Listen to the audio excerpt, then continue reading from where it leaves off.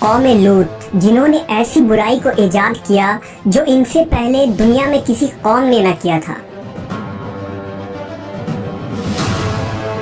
ایسی بدکاری جس کی مثال تاریخ میں کہیں نہیں ملتی۔ اس قوم نے ایسا کیا کام کیا تھا اور ان کا کیا انجام ہوا؟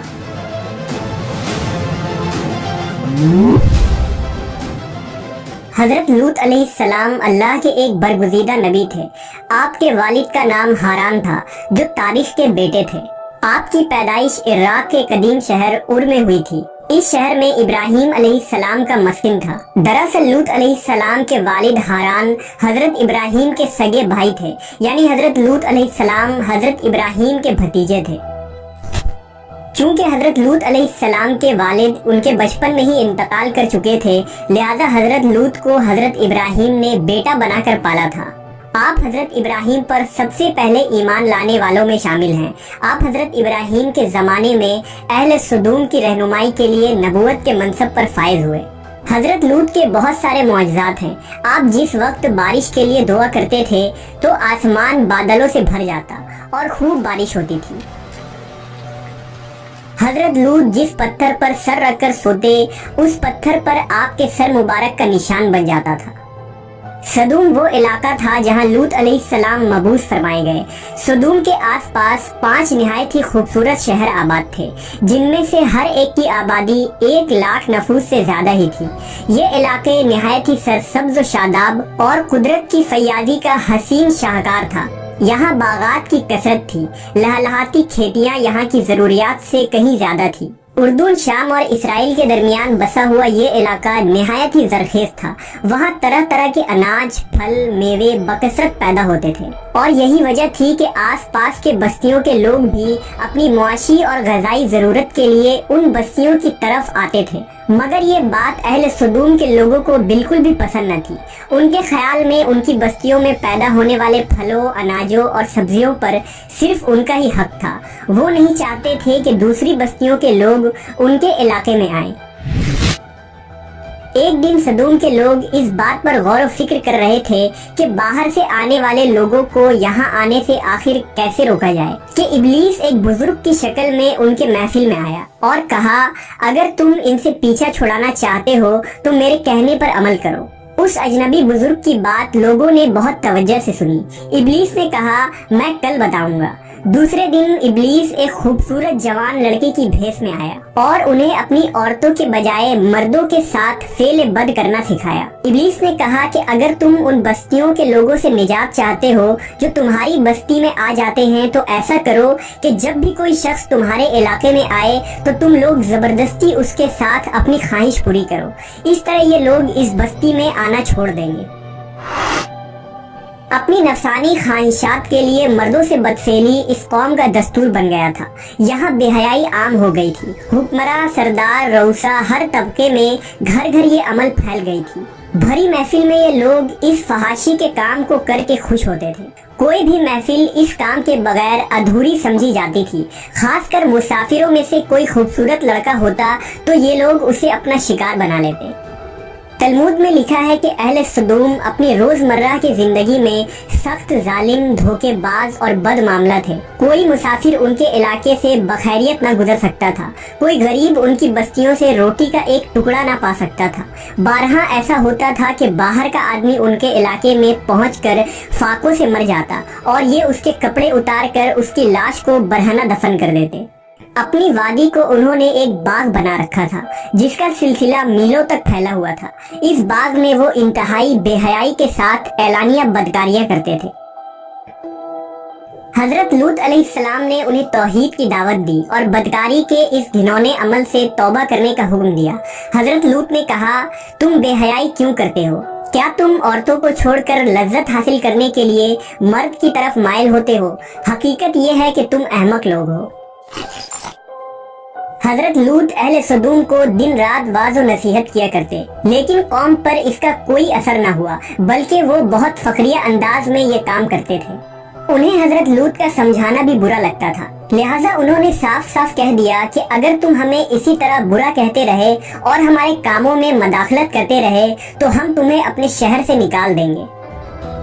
حضرت لوط نے نصیحت و تبلیغ کا سلسلہ جاری رکھا، لہذا ایک دن اہل سدوم نے خود ہی عذاب الہی کا مطالبہ کر دیا۔ اللہ تعالیٰ نے اب تک ان کے اس بدترین فحاشی اور بدکاری کے باوجود ڈھیل دے رکھی تھی، لیکن جب انہوں نے حضرت لوط سے ایک دن کہا کہ اگر تم سچے ہو تو ہم پر عذاب لے آؤ، لہذا ان پر عذاب الہی کا فیصلہ ہو گیا۔ اللہ نے اپنے خاص فرشتوں کو دنیا کی طرف روانہ کر دیا۔ یہ فرشتے دراصل حضرت جبرائیل، میکائیل اور اسرافیل علیہ السلام تھے۔ پھر یہ فرشتے حضرت لوط علیہ السلام کے گھر تشریف لے آئے۔ حضرت لوط نے جب ان خوبصورت نوعمر لڑکوں کو دیکھا تو سخت گھبراہٹ اور پریشانی میں مبتلا ہو گئے۔ انہیں یہ خطرہ محسوس ہوا کہ اگر ان کے قوم کے لوگوں نے انہیں دیکھ لیا تو نہ جانے وہ ان کے ساتھ کیا سلوک کریں گے۔ حضرت لوط کی بیوی کا نام وائلہ تھا، اس نے آپ پر ایمان نہ لایا تھا اور وہ دراصل منافقہ تھی، وہ کافروں کے ساتھ تھی، لہذا اس نے جا کر اہل سدوم کو یہ خبر دے دی کہ لوط کے گھر نوجوان لڑکے مہمان ٹھہرے ہوئے ہیں۔ یہ سن کر بستی والے دوڑتے ہوئے حضرت لوط کے گھر پہنچے۔ حضرت لوط نے کہا، اے قوم، یہ جو میری قوم کی لڑکیاں ہیں یہ تمہارے لیے جائز اور پاک ہیں، اللہ سے ڈرو اور مجھے میرے مہمانوں کے سامنے رسوا نہ کرو، کیا تم میں سے کوئی بھی شائستہ آدمی نہیں؟ حضرت لوط کی بات سن کر وہ لوگ بولے، تم بخوبی واقف ہو کہ ہمیں تمہاری بیٹیوں سے کوئی حاجت نہیں، اور جو ہماری اصل چاہت ہے اس سے تم بخوبی واقف ہو۔ قوم لوط کے اس بے شرمانہ جواب سے اندازہ لگایا جا سکتا ہے کہ وہ فعل بد میں کس حد تک مبتلا ہو چکے تھے۔ جب حضرت لوط علیہ السلام کی قوم ان کے گھر کی طرف دوڑتی ہوئی آئی تو حضرت لوط نے گھر کے دروازے بند کر دیے اور ان نوجوانوں کو ایک کمرے میں چھپا دیا۔ اس بدکار لوگوں نے آپ کے گھر کا گھیراؤ کیا ہوا تھا اور ان میں سے کچھ گھر کے دیوار پر بھی چڑھنے کی کوشش کر رہے تھے۔ حضرت لوط اپنے مہمانوں کی عزت کے خیال سے بہت زیادہ گھبرائے ہوئے تھے۔ فرشتے یہ سب منظر دیکھ رہے تھے۔ جب انہوں نے حضرت لوط علیہ السلام کی بے بسی اور پریشانی کا یہ عالم دیکھا تو حقیقت سے پردہ اٹھاتے ہوئے یوں فرمایا، اے لوط، ہم تمہارے رب کے بھیجے ہوئے فرشتے ہیں، یہ لوگ ہرگز تم تک نہیں پہنچ سکیں گے، ابھی کچھ رات باقی ہے تو اپنے گھر والوں کو لے کر چل دو اور تم میں سے کوئی شخص پیچھے مڑ کر نہ دیکھے۔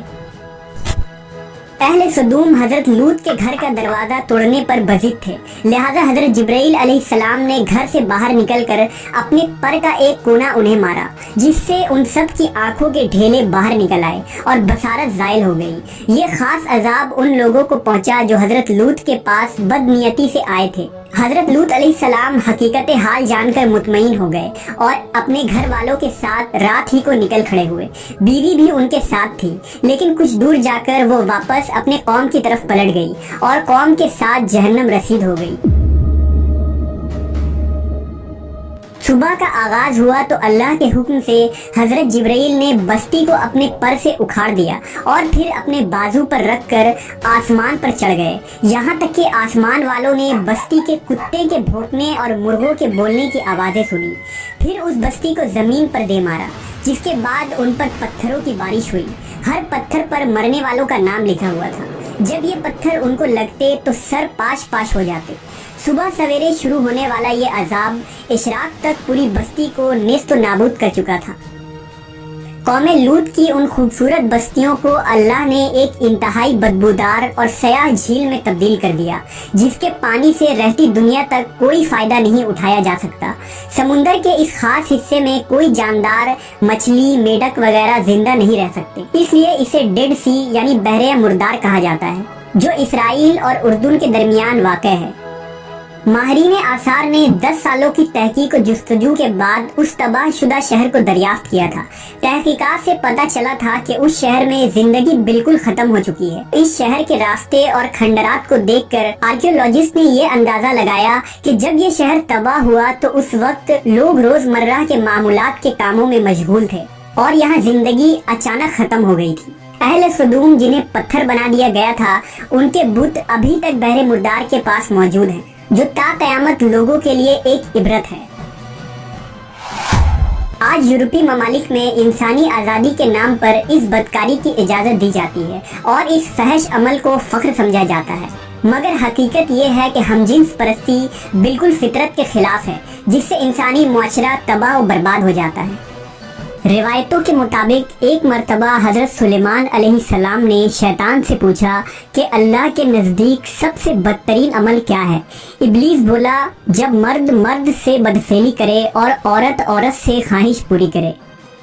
حضرت ابن عباس سے روایت ہے کہ رسول اللہ صلی اللہ علیہ وسلم نے فرمایا کہ اس شخص پر اللہ پاک کی لعنت ہو جو قوم لوط والا عمل کرے۔